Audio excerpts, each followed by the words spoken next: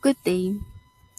My name is Stephanie Fernandez, and I'll be discussing the introduction and meaning of author's perspective and also its importance.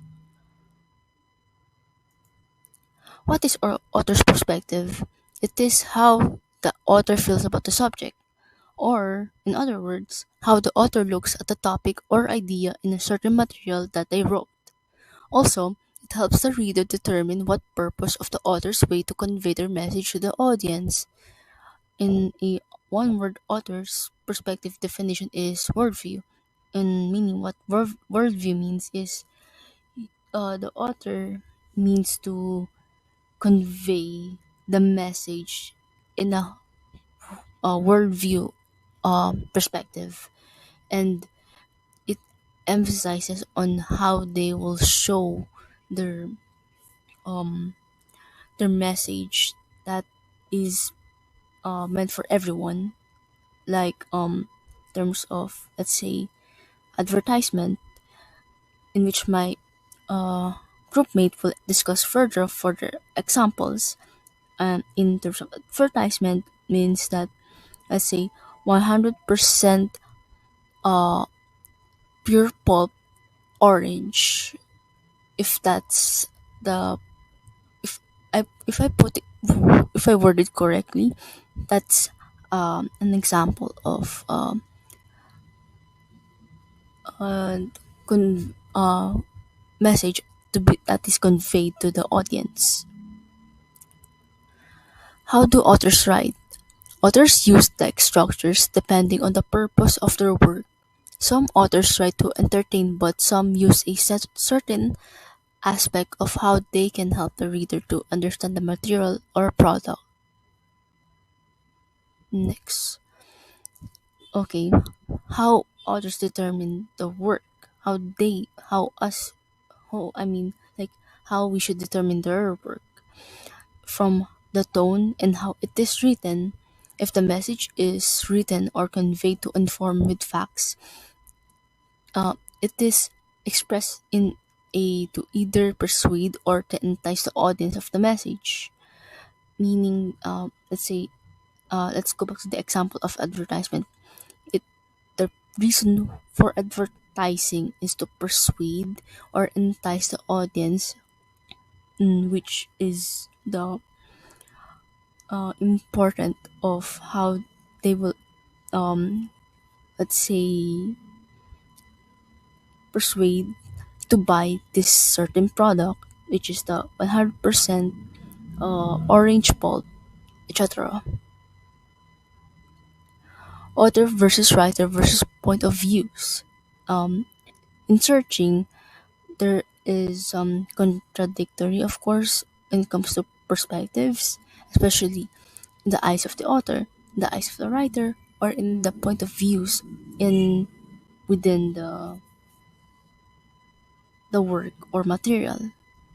It depends on how it will be perceived from every perspective that is given to them of the material.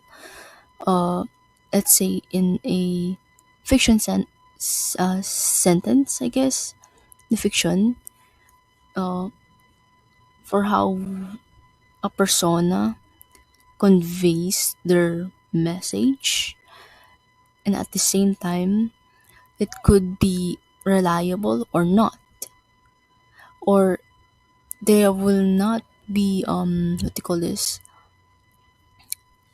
able to emphasize their pronouns, which leads to misdirection, and that's where um, author's perspective wants to convey to the audience of the message that they want to give to the world view, to the world, of course. Anyways, point of view. Author's perspective and narration build on each other. The point of view is the person you choose to write your story in. You could choose first person, I or we. Second person means you, or third person, he, she, or it. Once you establish your point of view, you share your unique author's perspective through this point of view. Your chosen point of view acts as a conduit for your perspective. For nonfiction, you, the author, act as the narrator, Authors often write nonfiction in the first or second person. In terms of nonfiction, like I said, like going back to the example of I mean advertisement, the ads.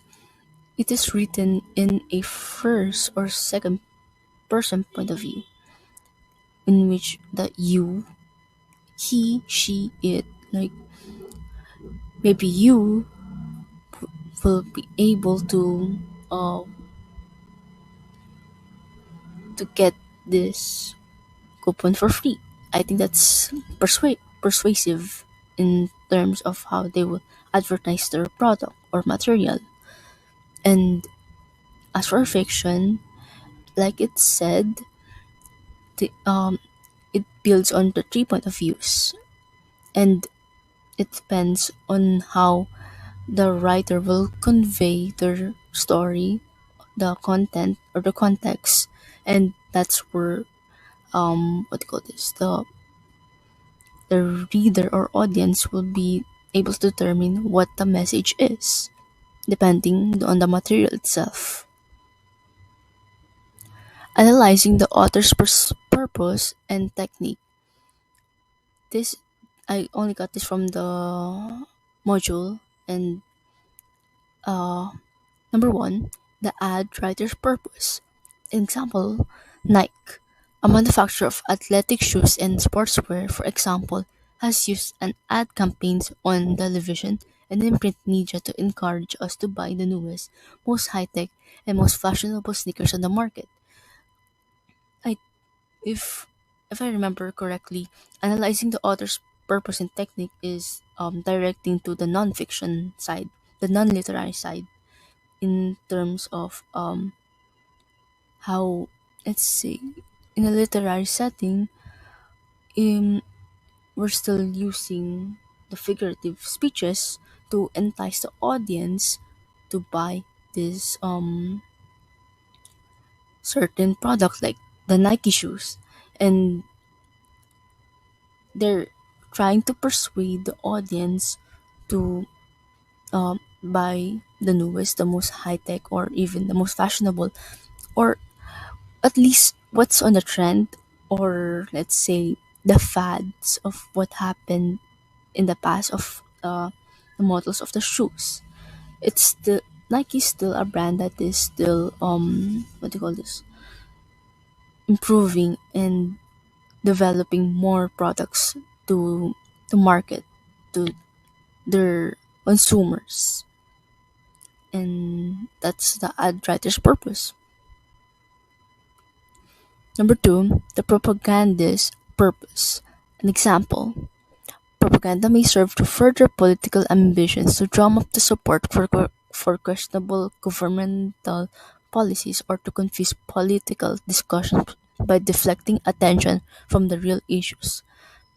In this, if I may understand correctly, propagandist's purpose is to when you're convincing the audience, um, of course, coming back to the persuasive approach, persuasive speech, you're there to um, let the audience know that you're hearing the cries of what they're having, and it depends on how the political spectrum goes. And I'm not here to comment more about political issues, but it depends on how the leader or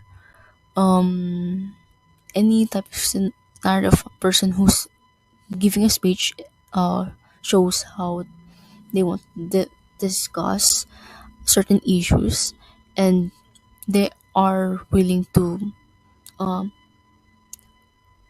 what do you call this, they are willing to bring up these issues. And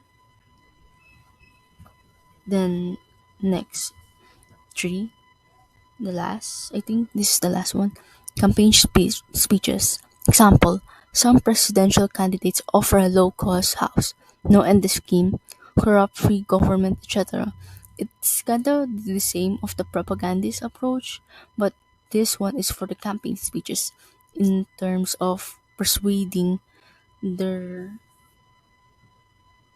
of course, the people, the consumers or something.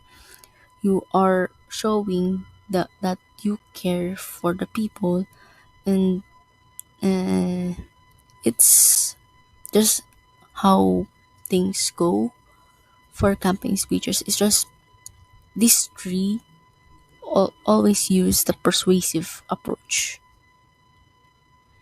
Author's reason for writing a particular selection, if I, what do you call this?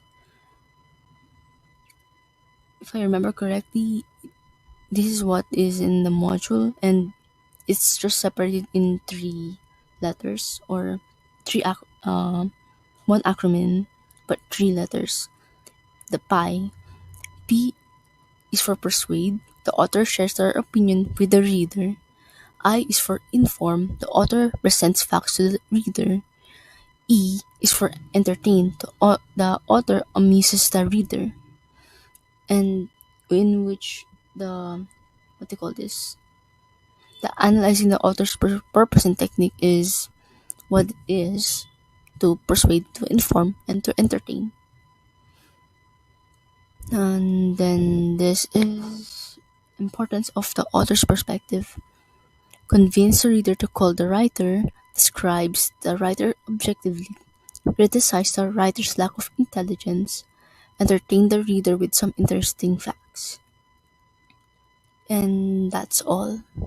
That was Hello, my name is David Cadiz, and today I'm here to showcase some examples of author's perspective.